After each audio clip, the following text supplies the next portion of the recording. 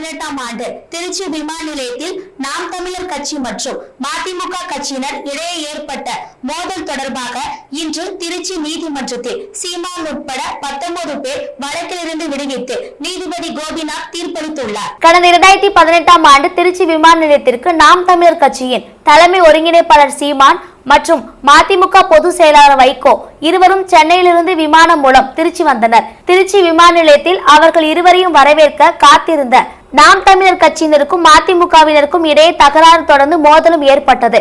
இரு தரப்பினரும் கொடியில் உள்ள குச்சி எடுத்து மாறி மாறி தாக்கிக் கொண்டனர். அந்த மோதல் தொடர்பாக மதிமுக மற்றும் நாம் தமிழர் கட்சியினை சேர்ந்த இரு தரப்பினரை சேர்ந்த 19 பேர் மீது விமான நிலையத்தில் காவல்துறையினர் வழக்கு பதிவு செய்தனர். நாம் தமிழர் கட்சியின் தலைமை ஒருங்கிணைப்பாளர் சீமான் மீதும் வழக்கு பதிவு செய்யப்பட்டது. இந்த வழக்கு விசாரணை திருச்சி மாவட்ட 2வது கூடுதல் நீதிமன்றத்தில் நடைபெற்று வந்தது. வழக்கு விசாரணை நிறைவடைந்த நிலையில் நீதிபதி கோபிநாத் இன்று தீர்ப்பளித்தார். அந்த வழக்கில் தொடர்புடைய சீமான் உள்ளிட்ட 19 பேரையும் விடுவித்து தீர்ப்பளித்தார். இந்த மோதல் தொடர்பாக மதிமுகவினர் கொடுத்த புகாரில் சீமான் உள்ளிட்டோர் மீது ஒரு வழக்கு பதிவு செய்யப்பட்டது. அந்த வழக்கு கடந்த 2022ஆம் ஆண்டு சீமான் உள்ளிட்டோர் விடுதலை செய்யப்பட்டிருந்த நிலையில் இரு தரப்பரும் மீது காவல்துறையினரால் பதிவு செய்யப்பட்ட வழக்கிலும் அனைவரும் விடுதலை செய்யப்பட்டிருப்பது குறிப்பிடத்தக்கது. 2017ஆம் ஆண்டு திருச்சி விமான நிலையத்தில் அன்றைய இருந்த ஆளுங்கட்சியால் போடப்பட்ட பொய் வழக்கில் அண்ணன் சீமான் மீதும் எங்கள் கட்சிக்காரர்கள் மீதும் பொய் வழக்கு போடப்பட்டிருந்தாங்க.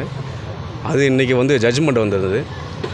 அந்த வழக்கில் எந்த விதமான சாட்சியங்கள் எதுவும் நிரூபிக்கப்படலை, எந்த எவிடன்ஸுமே சரியாக இல்லை. அவங்க போட்ட வழக்கு பொய் வழக்குன்னு சொல்லி நீதிபதி அவர்கள் இன்றைக்கி எல்லாருமே விடுதலை பண்ணியிருக்காங்க. அண்ணன் சீமான் உள்பட இந்த வழக்கில் உள்ள எல்லாரையும் விடுதலை பண்ணியிருக்காங்க. எங்கள் கட்சியில் மொத்தம் 14 பேருங்க. 14 பேர். அப்போது கட்சியில் இருந்து 14 பேர் இப்போது இருக்காங்க.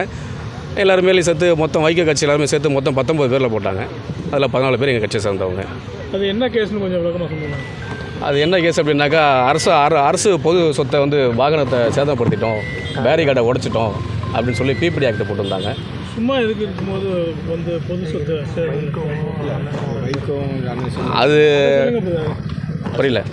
அது சம்பவத்தை சொல்லுங்க. பிரச்சனை என்ன? திருச்சி விமான நிலையத்தில் எங்கள் அண்ணன் சீமான் வரும்போது ஐயா வைகோ அவரும் வந்தாங்க. வரும்போது நம்ம 2 கட்சி தரப்பும் பேசிகிட்டு இருக்கும்போது அது வாக்குவாதம் ஆயிடுச்சு. சண்டையானதுனால அதில் எந்த பேரிகார்டு பைக் எதுவும் உடைக்கப்படலை. அப்படி உடைக்கப்பட்டதாக பொய்யான ஒரு வழக்கு போட்டிருந்தாங்க. என்ன தகராறு ஆரம்பிச்சுன்னா அப்படி ஒன்றும் இல்லை. வைகோ ஐயா வரும்போது நம்ம கட்சிக்காரங்க பேசியிருக்காங்க. பேசும்போது அதனால் 2 தரப்புக்குள்ளே கைத்தல் கலப்பாயிடுச்சு. அப்போல்லாம் எதுவும் கோஷம் போட்டுக்கிறதுல பிரச்சனை இல்லை. அந்த மாதிரி சொன்னதால் தான் அந்த வழக்கே பொய் வழக்குன்னு தான் அந்த தள்ளுபடி பண்ணியிருக்காங்க, விடுதலை பண்ணியிருக்காங்க. பொதுச் செயலாளர் எங்கள் இதயமாக திகழ்கின்ற தலைவர் வைகோ அவர்கள் 2018ஆம் ஆண்டு திருச்சியினுடைய விமான நிலையத்திற்கு வருகை தந்தார்கள். தஞ்சாவூர் திருமண நிகழ்ச்சிக்கு போக வேண்டும் என்பதற்காக திருச்சியிலே வருகை தந்தபோது திருச்சி மாநகர் மறுமலர்ச்சி திராவிட முன்னேற்றக் கழகத்தினுடைய மாவட்ட செயலாளர் வெல்லமண்டி சோம அவர்களுடைய தலைமையில் கிட்டத்தட்ட 100கணக்கான மறுமலர்ச்சி திராவிட முன்னேற்றக் கழகத்தின் தோழர்கள் வரவேற்பு கொடுப்பதற்காக விமான நிலையத்தில் காத்திருந்தோம். அதே விமானத்தில் நாம் தமிழர் கட்சியினுடைய ஒருங்கிணைப்பாளராக இருக்கிற சீமான் அவர்களும் வந்தார்கள். அப்படி வருகிற போது அவர்கள் முன்னால் வந்துவிட்டார், பின்னால் வந்தார். தலைவர் வைகோ முன்னால் வந்தார். நாங்கள் தலைவர் வைகோ வாழ்க என்று முழக்கமிட்டமாறு வரவேற்றோம். அந்த நேரத்தில் சீமான் பின்னால் வந்தார். அவரோடு சேர்ந்து வந்தவர்கள் இதோ சுகர் பேஷண்ட் போகிறார் என்று தலைவர் வைகோவை பார்த்து கிண்டலும் கேலியுமாக பேசினார். அந்த நாம் தமிழர் கட்சியினரும் அவர்களும் பேசினார்கள். இதனைத் தொடர்ந்து அங்கே இருந்த எங்களுடைய மறுமலர்ச்சி திராவிட முன்னேற்றக் கழகத்தினுடைய தோழர்கள் எங்கள் தலைவரை நாங்கள் நாயகனாக போட்டுகிற எங்கள் தலைவர் வைகோ அவர்களை எப்படி நீங்கள் குறைத்து பேசலாம் என்று அங்கே வாக்குவாதத்தில் ஈடுபட்டார்கள். வாக்குவாதத்தில் ஈடுபட்டது மட்டுமல்ல, இயக்க கொடியோடு நாங்கள் களமாடினோம் அன்றை. அப்படி இருக்கிற போது அண்ணன் வெல்லமண்டி சோம அவர்களும் அதைப்போல் இங்கே இருக்கக்கூடிய அண்ணன் அரசியல் ஆலோசனை குழு உறுப்பினர் அண்ணன் பெல் ராஜமாணிக்கம், முன்னாள் பகுதி செயலாளர் நம்முடைய பிரபாகரன் அவர்கள், மணப்பாறை வடக்கு ஒன்றிய சுப்பிரமணி, இந்த 4 பேரும் சேர்ந்து அண்ணன் சோம அவர்களுடைய தலைமையில் நாங்கள் வழக்கு கொடுத்தோம் அவர்களின் மீது. எங்கள் தலைவர் வைகோ அவர்களை அவர்கள் மட்டமாக பேசினார்கள். ஆகவே அவர்கள் மீது நடவடிக்கை எடுக்க வேண்டும் என்று அண்ணன் சோமு அவர்களுடைய பெயரில் வழக்கு கொடுத்தோம். அந்த வழக்கு அரசு தரப்பு சாட்சிகள் அல்லது போதியது இல்லாத காரணத்தால் அது முடித்து வைக்கப்பட்டது. இப்போது தீர்ப்பு வழங்கப்பட்டிருக்கிற வழக்கு என்பது மறுமலர்ச்சி திராவிட முன்னேற்றக் கழகமும் நாம் தமிழர் கட்சியும் சேர்ந்து பொது அமைதிக்கு குந்தகம் விளைவித்ததாக அரசு தரப்பில் ஏர்போர்ட் பகுதியில் இருக்கக்கூடிய அந்த காவல் நிலையத்தில் கொடுக்கப்பட்ட வழக்கு தான் இப்போது நடந்தது. கிட்டத்தட்ட 7 ஆண்டு காலமாக இந்த வழக்கு நடந்தது. இந்த வழக்கில் 1-2 நாட்களை தவிர மறுமலர்ச்சி திராவிட முன்னேற்றக் கழகத்தினுடைய நிர்வாகிகளாக இருக்கிற அண்ணன் வெல்லமண்டி சோமு, நான் உட்பட 5 பேரும் தொடர்ந்து நேரு விசாரணைக்கு வந்திருக்கிறோம்.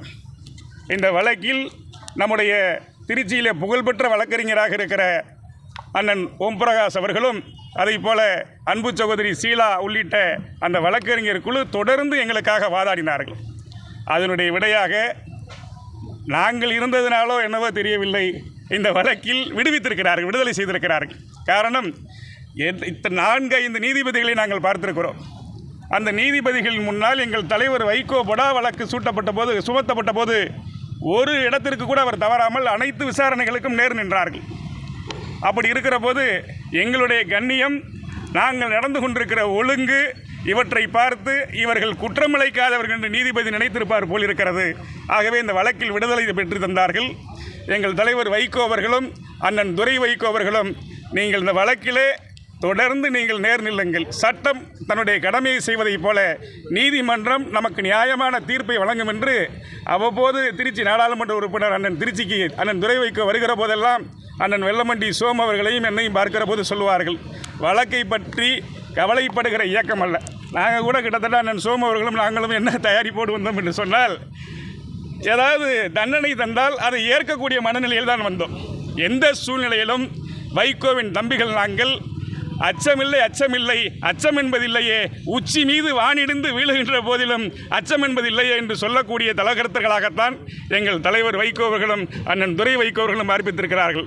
அந்த சூழ்நிலையில் நாங்கள் எல்லாம் என்ன நினைத்து வந்தோம் என்று சொன்னால், இப்போது சிறை தண்டனை கிடைக்கும், அந்த சிறை தண்டனைக்கு நாம் செல்ல தயாராக வந்தோம். மாறாக இன்றைக்கு நீதிபதி எங்கள் முகத்தை பார்த்துவிட்டு சிரித்து கொண்டே சொன்னார், நீங்கள் அனைவரும் வழக்கில் இருந்து விடுதலை என்று சொன்னார்கள். ஆகவே விடுவிக்கப்பட்டிருக்கிறோம். ஓகே.